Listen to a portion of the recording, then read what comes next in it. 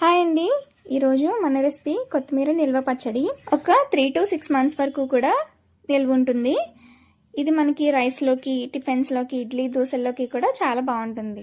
కొత్తిమీరని తీసుకొని చిన్న చిన్న ముక్కల కింద కట్ చేసి కడిగేసి 3 గంటల పాటు ఫ్యాన్ కింద ఆరబెట్టుకొని గిన్నెతో కొలిచి పెట్టుకోండి. 1 కప్పు కొత్తిమీరకి 1 కప్పు చింతపండు, 1 కప్పు ఎండుమిర్చి తీసుకోవాలి.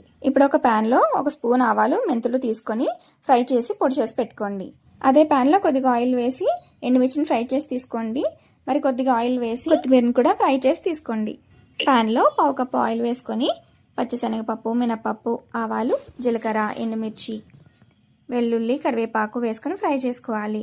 ఇందులో కొద్దిగా పసుపు కూడా వేసుకొని చల్లారబెట్టుకోండి. మిక్సీ జార్లో చింతపండు, ఎండుమిర్చి, ఉప్పు వేసుకొని మిక్సీ పట్టుకోండి.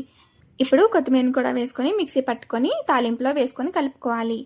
ఇందాక చేసుకున్న మెంతి పొడిని కూడా ఇప్పుడు వేసుకొని పూర్తిగా కలిపేసుకొని స్టోర్ చేసుకోండి.